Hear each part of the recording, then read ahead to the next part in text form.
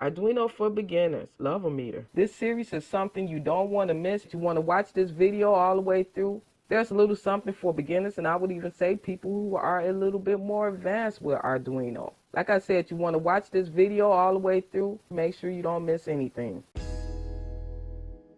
I'm Ebonygeek45, and I would say make sure to hit your subscribe button. I would say smash that subscribe button. Subscribe to my channel. Hit that notification button so that you will be notified whenever I do a new upload. Enjoy the videos and take your time going through them so that you understand exactly what's going on in the videos. And here we go.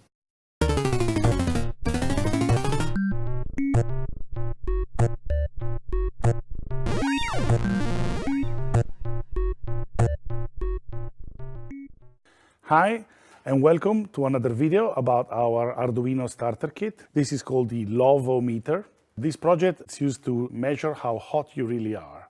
Actually, in simple words, this circuit is a very simple thermometer that measures your body temperature and visualizes it on a string of LEDs.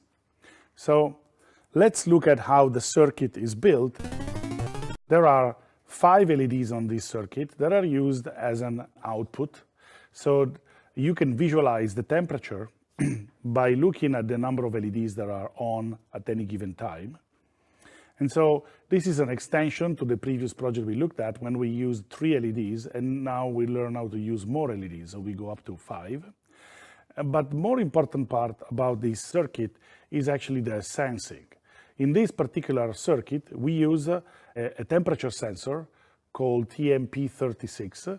And the interesting feature about this sensor is that it's a very precise temperature sensor that generates a voltage which is proportional to the temperature that it measures.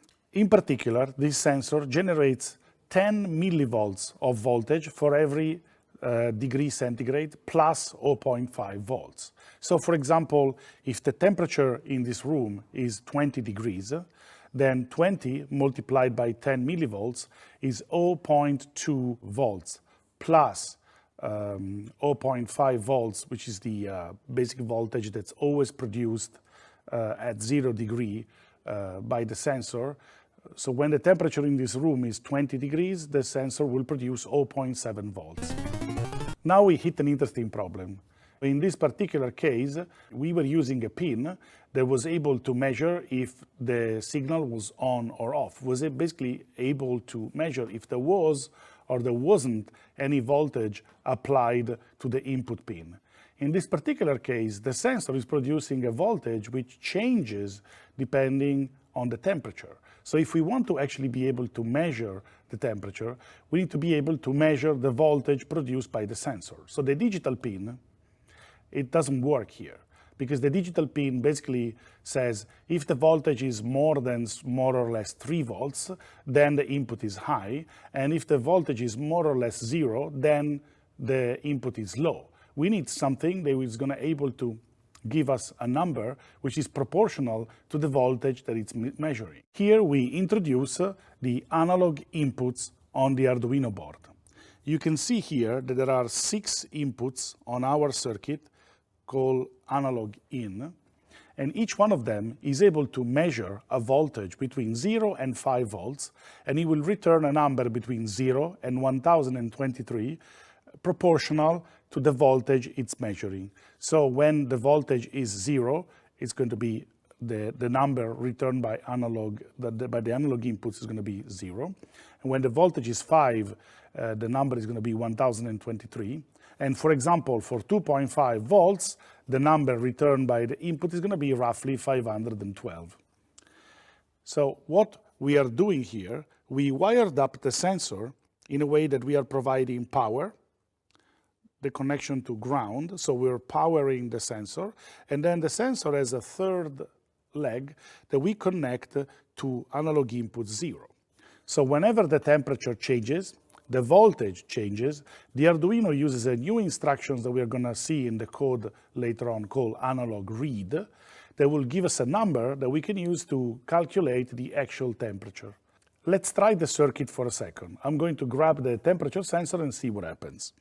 So you can see now that the LED are turning on one after the other when I touch the sensor. And if I release the sensor now, the temperature is going to slowly go back down, and you will see the LEDs start to turn off one after the other.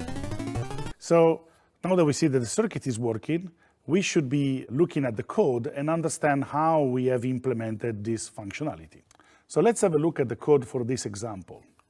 So if we look at the code, you see some familiar elements like the setup function. So let's start at the beginning. We define a constant called sensor pin that maps the analog input 0, A0, in the code here, you can see A0. And this one allows us to be able to change the input pin if we want to, and it gives a meaningful name to that particular input, so we know that the temperature sensor is connected there, so the code becomes more readable. Then in the setup function, the first thing that you see is that we are using serial.begin 9600. Basically, this is a new function that we have introduced in this example. It allows the Arduino board to communicate with your computer. So serial.begins opens a communication channel between your Arduino board and the computer. 9600 specifies the speed, 9600 bits per second. So this allows us, for example, to print numbers that we read from the analog inputs and send them to the computer, where we can use the serial monitor that I'll show you in a few seconds to visualize the data that comes from the Arduino. Then we find a for loop. The for loop is useful in order to execute a certain number of instructions for a very well-defined number of times. In this particular case, what we are doing, we need to turn 5 pins on the Arduino to become outputs, and we need to turn them off. So instead of writing the same 2 lines of code for 5 times, we use 4. If we look at the code, we see that 4 starts with x being equal to 2. Then every time that we execute pin mode and digital write, x increases by 1. X++ is the instruction that increases the value of x by 1. And we keep doing this until x is less than 5. So when we hit pin number 5, we stop doing this loop. So this is very useful if you have to apply the same operation to a number of pins. So let's delve now into the loop. Inside the loop, we are reading the sensor value using analog read. So we have sensor val equal analog read sensor pin. This will measure the voltage and return an integer number which is proportional to the voltage that's been read. Serial.print prints the number towards the computer, and serial.print ADC specifies that the number that we just sent to the computer is the raw value from the analog to digital converter. The analog to digital converter is the circuit inside the Arduino processor that turns voltage into numbers that we can use in our code. So the next operation turns the number read by the analog to digital converter into the actual voltage. So we specified that the numbers between 0 and 1023 represent the voltages between 0 and 5 volts. So what we are doing here, we are dividing sensor val by 1024, which is the maximum, the number of values that are representable by analog read, and then we multiply that by 5. So this float type of variable is a new type of variable that we introduced with this example, that is able to store decimal numbers that in this case, it's needed because we're going to get voltages like 0.7, 0.8, so we need to be able to represent these kind of numbers. Then we follow that with serial.print voltage and serial.print volts. This, again, sends to the computer the voltage computed by the Arduino and the string volts to specify that the previous number was the amount of voltage. Now here is where we actually make the calculation of the degrees. The sensor as we said, is producing 10 millivolts per degree centigrade, and then adds 0.5 volts to all the values. So if we look at the code, we are taking the voltage, we subtract 0.5 volts, and we multiply by 100. Using this formula, we convert the voltage measured by the Arduino into the actual temperature in degrees centigrade. Then we print the temperature, and then we use a new function called println to write the string degrees centigrade. Println, on top of sending the information back to the computer, sends this new line special character that tells the serial monitor on the Arduino to start printing the next line at the beginning of a new line. So this makes sure that all our values that we visualize are all nicely aligned and readable.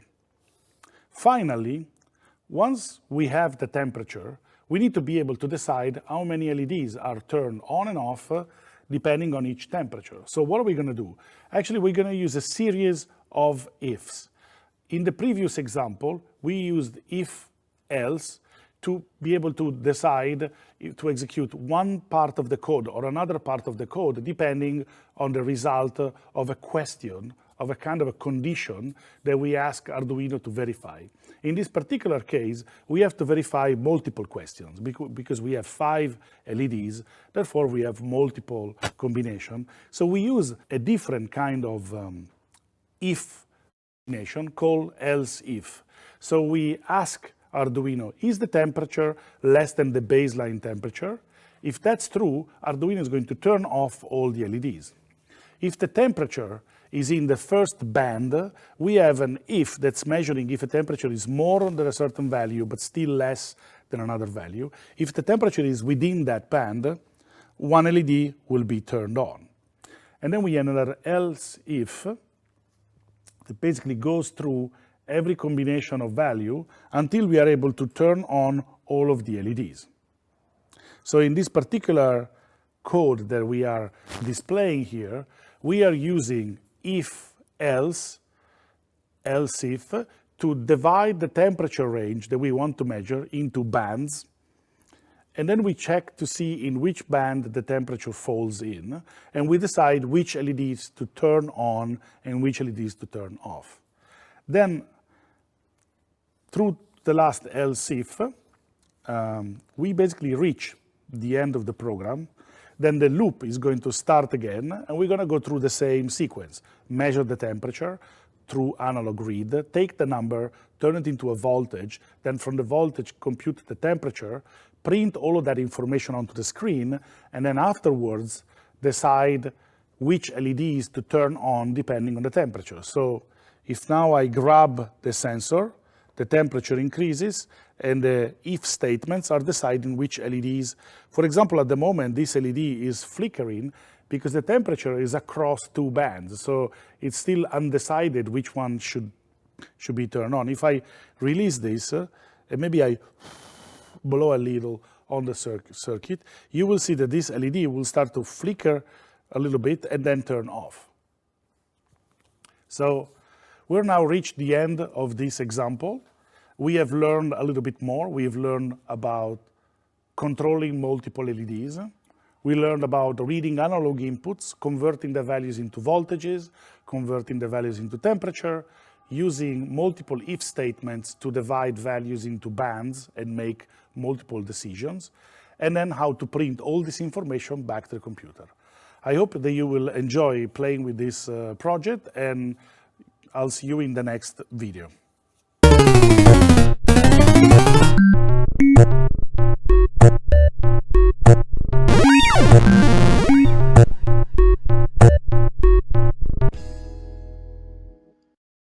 And this is Ebonygeek45.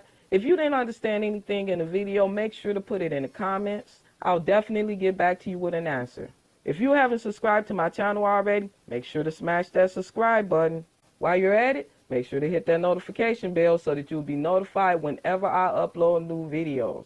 I want to thank you for subscribing ahead of time, and don't forget to subscribe.